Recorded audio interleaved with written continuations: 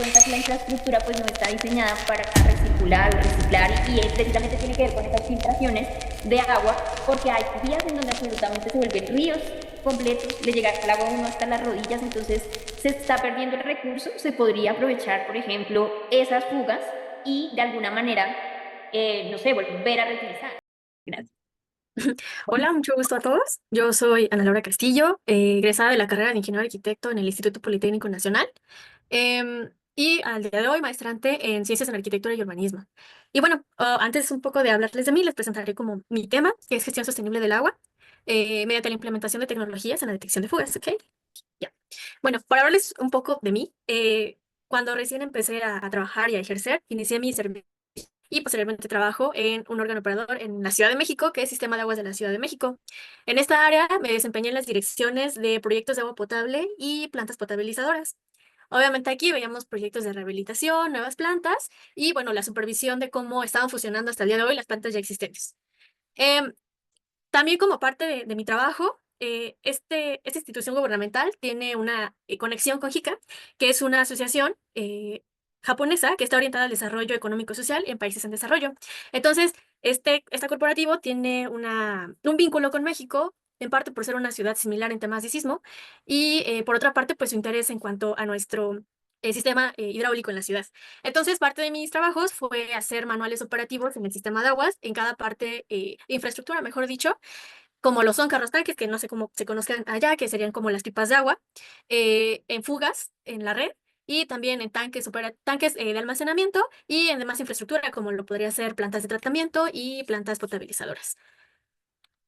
Por otra parte, también me he desarrollado en lo que es en la parte privada, justamente el agua, en tratamiento, en la industria, justo mejorar o proponer alternativas para el tratamiento de aguas.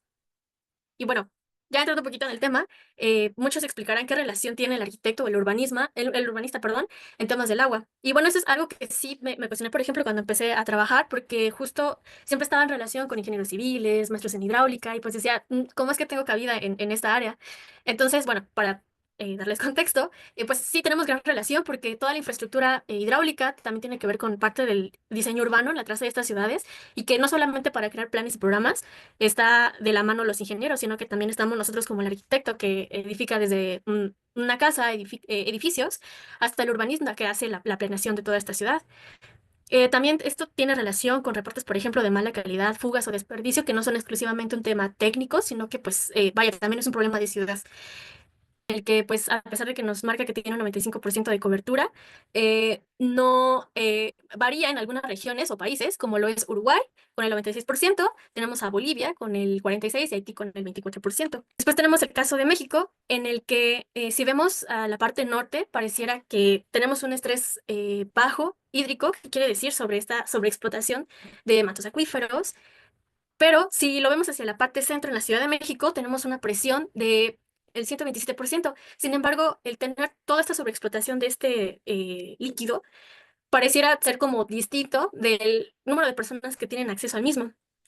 Después de un estudio en 2020 y 2021 acerca de la pandemia COVID, justamente se realizó enfocado al acceso al agua en el que refleja en este mapa de la Ciudad de México cómo la gran mayoría de las colonias al oriente y sur tienen afectaciones por el acceso al agua cuando esta es solamente por tandeo, o sea que solamente por ciertas horas o días se les da acceso al mismo, agravando lo que fue la situación COVID. Después me voy a la pregunta de investigación, en el que ya aterrizando más el tema es cómo puede la detección de fugas en la red hidráulica optimizarse mediante algoritmos de programación para una mejora en la gestión del agua en la Ciudad de México y como objetivo general analizar las técnicas de programación para la detección y localización de fugas en la red primaria para la Ciudad de México. Podemos ir desde el concepto general que es gestión del agua hacia gestión sostenible. ¿Por qué vamos de esta forma? Porque si nosotros analizamos el concepto convencional de gestión del agua, nos dice que está caracterizada por hacer modelos convencionales del abastecimiento del agua potable y saneamiento que están orientados a satisfacer la demanda actual sin prever la disponibilidad natural o futura de la misma y los procesos sociales, naturales del ciclo del agua. Es por eso que se llega al concepto de gestión sostenible del agua urbana, en el que nos habla de que se puede considerar como un enfoque filosófico y técnico que puede incorporarse en todas las formas de reurbanización urbana y que obviamente la idea de la gestión del agua urbana es un ciclo natural que resulta complejo porque son diversos actores los que interceden en él para poder funcionar y hacer que todos ellos actúen y de manera sincronizada, pues es un poco complejo, desde la parte social hasta la parte gubernamental y técnica. Y bueno, justo hablando de la parte de implementación de tecnologías, estando en el sistema de aguas de la Ciudad de México, nos dice que ellos ya tienen un panel escalado en tiempo real en el que aparecen diferentes indicadores e infraestructura de la ciudad. Por ejemplo, aquí podemos ver indicadores gerenciales de cómo son las entradas de agua. Sin embargo, si nosotros quisiéramos analizar cada parte de la infraestructura, no todo está actualizado. Hay información que está pues nula y mucho de ese conocimiento, por ejemplo, en tramos de tuberías o alguna planta, solo es conocimiento del operador, más no esa información ha sido recabada en esta base de datos, lo cual pues sí es crítico para justo dar un buen planteamiento de planes y programas de rehabilitación dentro del sistema de aguas. Como parte previa de hacer esta implementación de tecnologías, se hizo un estudio, un análisis espacial, en el que se utilizó una base de datos que es de reportes de agua en la Ciudad de México, en el que podemos ver cómo está la parte de fugas, drenaje, falta de agua, mala calidad, mal uso y encharcamientos. En la parte que se ve en una hoja de Excel, nosotros podemos ver la clasificación que puede ser de agua potable o drenaje y de ahí el tipo de reporte. En este caso, lo que hice fue solo trabajar parte de agua potable y ver en qué alcaldías de la Ciudad de México predominaban más algunos de estos reportes.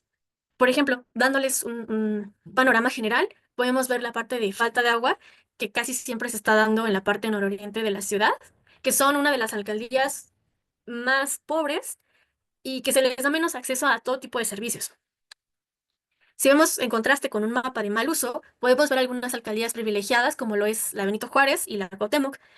Podemos ver una desigualdad espacial, sí, porque Benito Juárez es una de las alcaldías que tiene más, digamos, plusvalía, y se le ha dado favoritismo, sí, desde la parte del recurso hidráulico, ya que si analizamos desde este órgano operativo, que es el SACMEX, ha implementado algo que se llama sectorización, que justamente es dentro del panel, donde se ve en tiempo real cómo está toda la infraestructura desde la red primaria, que viene desde Cutzamala, Lerma, y la red secundaria, que distribuye toda la delegación.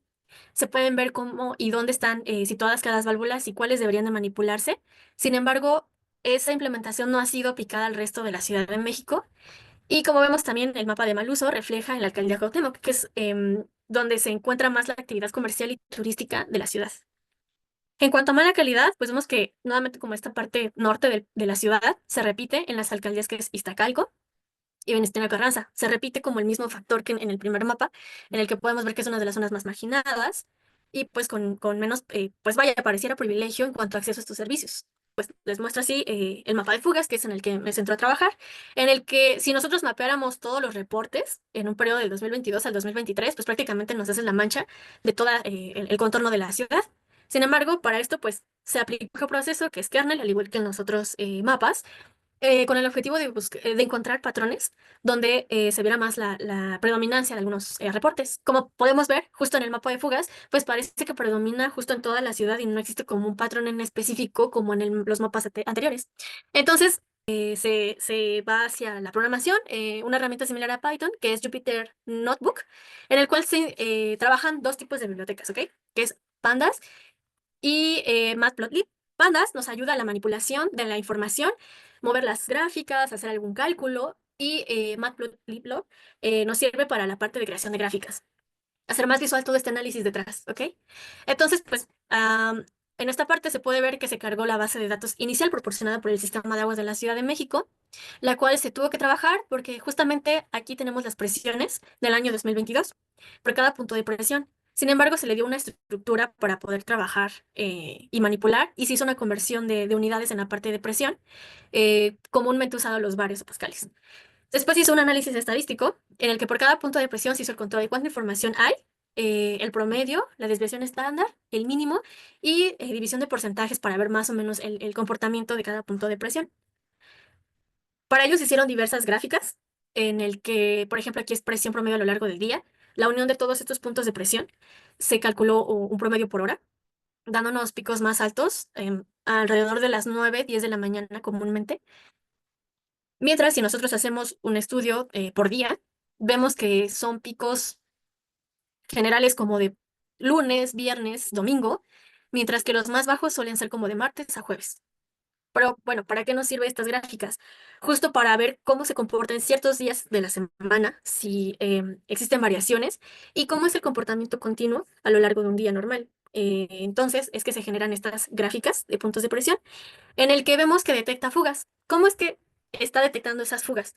Bueno, porque yéndonos como a una bibliografía, un estudio, podemos ver que las presiones más bajas es esa ausencia de presión, es una relación a fuga. Entonces, todos esos indicios donde nuestra presión tuvo una bajada súbita, se considera una posible fuga por instituciones gubernamentales y decir qué pasó en estos días para haber tenido estas bajas de presión.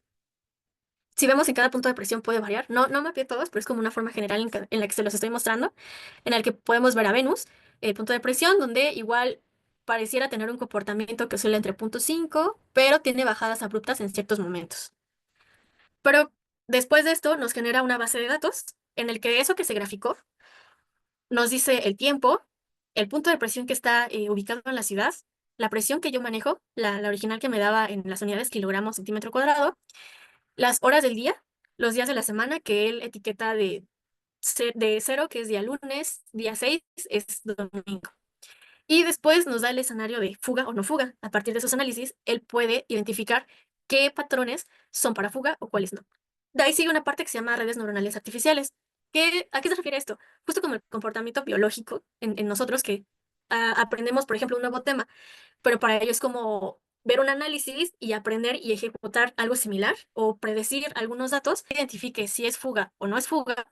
Le vamos a dar datos de entrada, como lo vimos con la base de datos, en la que se analizaba los consumos de presiones para poder encontrar esos patrones ocultos y etiquetar qué es fuga y no fuga, para finalmente crear como escenarios donde posiblemente hayan más fugas a futuro en una tubería. Es por ello que se va a trabajar de la parte con EPANET, en donde este es un software para crear modelados hidráulicos en el que se va a modelar desde puntos de presión, tuberías, tanques de almacenamiento y si se tuviesen datos de bombas o válvulas también se añadirían.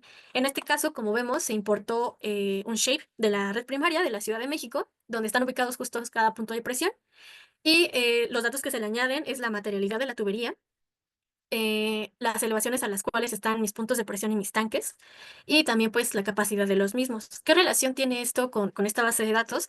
Que mediante esta clasificación, entonces, él puede decir el sitio o la coordenada del lugar más susceptible a una fuga. ¿Cuáles han sido como las desventajas o problemáticas que se han presentado a lo largo de la realización de este trabajo? Pues que a pesar que esta institución gubernamental ha proporcionado información como lo son las capas de las tuberías, no existe información clara. A lo que me refiero es que no hay datos claros sobre diámetros de tubería y materialidad. Entonces, es como más hacer un trabajo de campo con operadores para verificar el tipo de materialidad y que este entrenamiento sea un poco más coherente y no datos al tanteo. Por otra parte, es también el desconocimiento de los mismos ingenieros y operadores de la red, porque muchos de manera empírica saben por el sitio, ok, esta tubería es de tal materialidad, tal diámetro. Sin embargo, existe un parte como de recelo, entiendo, de proporcionar esta información, pero pareciera como si esa información fuera recelo entre la misma institución. Sí, así es. Entonces, desde la arquitectura como que siempre estuvimos separando las cosas o así lo concebía nuestra mente. Sin embargo, la ciudad pues es todo un ecosistema que integra diferentes variables, entre esas, por ejemplo, porque el tema del agua. Estamos entrando a analizar temas de sostenibilidad. No sé si recuerdan, pero, o si no han visto, para que por favor pues igual apunten, esto lo van a tener que hacer para su ejercicio del siguiente corte y pues para ti igual también puedes intervenir, agregarnos cosas, o sea, como que esto es colaborativo y ellos también van a participar. ¿Listo? En nuestro diagrama de sostenibilidad tenemos varios factores, ¿no? Entonces tenemos este factor social del que hemos venido, uy, esa letra, perdón, del que hemos venido como hablando en clase, ¿sí? Con procesos que se dan en la ciudad, como los procesos migratorios, eh, relacionados, en nuestro caso, que ha sido como el planteamiento de María Elena, que también pues estudia contigo, ¿verdad?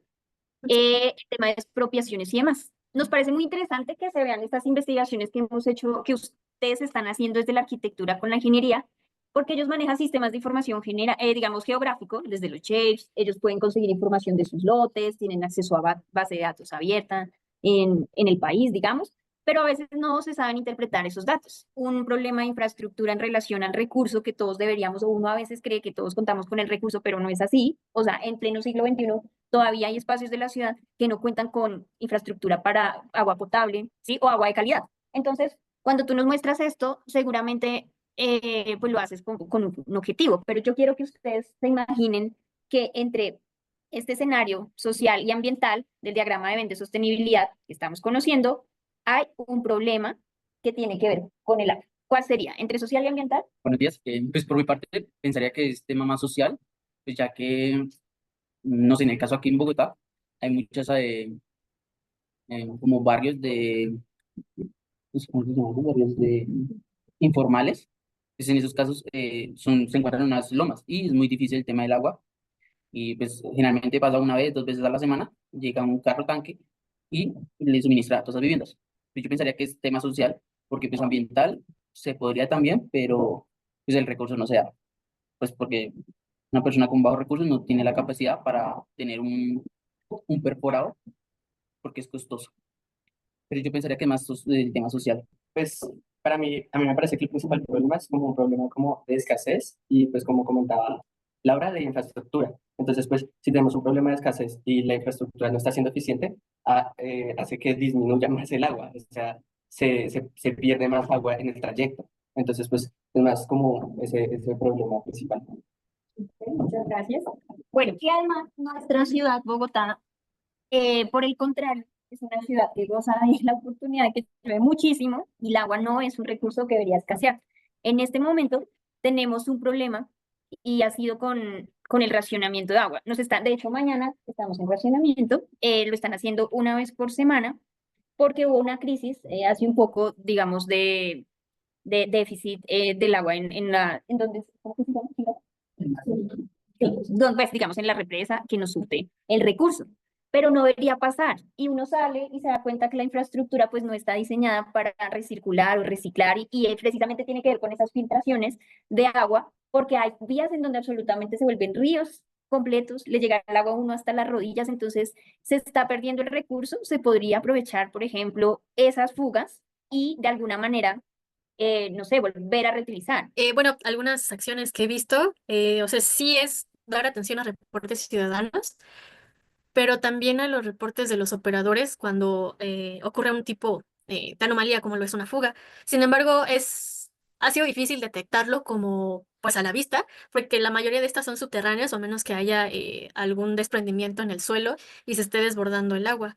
Si vemos como implementación de ellos, pues para eso era su plataforma no sé si la alcancé a mostrar, en el que ven el comportamiento real, pero no siempre existe una persona que esté, vaya, monitoreando esa plataforma, sino al momento que viene el reporte es como que, ok, entro a la base de datos, bueno, a la plataforma, y va el punto de cómo se está registrando esta presión al momento. También algunas deficiencias que he observado es que algunos sensores de presión que mandan la señal y la información a esta plataforma, pues al estar en lugares boscosos, hay poca señal, pues no llega una lectura correcta o no se registran lecturas en ese inter. La manera a veces de justificar alguna bajada de presión es que hubo un valvuleo, ¿no? Que se cerraron para dar mantenimiento a un tanque, una bomba, un tramo de tubería, pero eso no se ve reflejado en las plataformas o que se actualice a todo el instituto. O sea, solamente lo sabe el área que lo hizo, pero los demás no están conscientes de ello.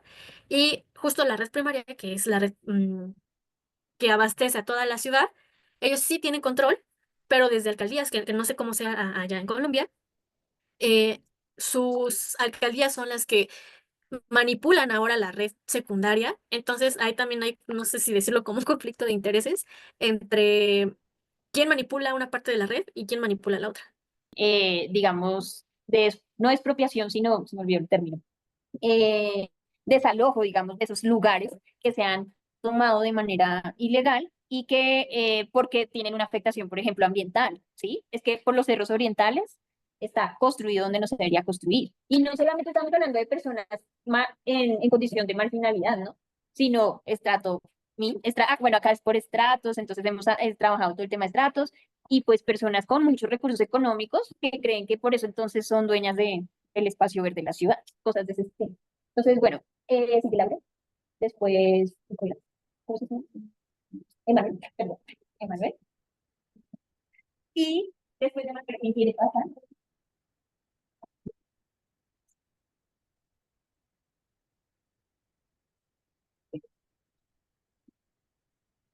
Bien. Listo. Continúa.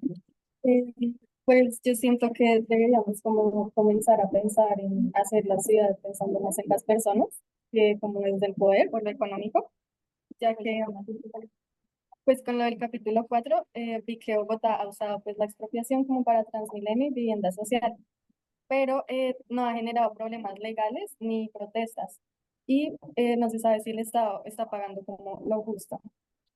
También que la renovación urbana, o sea, como de todos, ha desplazado a los habitantes que han estado allí desde toda la vida. Y relacionándolo con lo del agua, también he visto que como que las ciudades que no gestionan bien la red de agua buscan soluciones invasivas y esto hace que se expropien zonas y aumenta el costo pues, social y ambiental, ya con lo económico, social y ambiental, y pues se multiplica. Eso. Muy interesante. Bueno, Transmilenio es, nosotros no tenemos metro, llevamos 50 años intentando hacer uno, y ya por lo menos se ven uno que otra columnita, esperamos que se termine la obra. Pero Transmilenio es, digamos, que lo que es allá los biarticulados, que no sé Los cómo se metrobús llama, aquí, ¿no? el Metrobús, ajá. Ese es como lo que nos mueve dentro de la ciudad, pero hace 50 años también siguen estando las mismas vías principales, o sea, por supuesto, esta densificación y esa necesidad de más infraestructura se ve un poco colapsada por lo que dice Laura, o sea, no sabemos qué pasa con el recurso, si realmente bueno, pues sí hay mucha corrupción, honestamente, que pasa en Latinoamérica, no solamente acá, y eso nos afecta nuestra movilidad y nuestra calidad de vida y económicamente, pues tampoco la ciudad se desarrolla. Muchas gracias, Laura, ¿quieres preguntar? No. Bueno, Emanuel.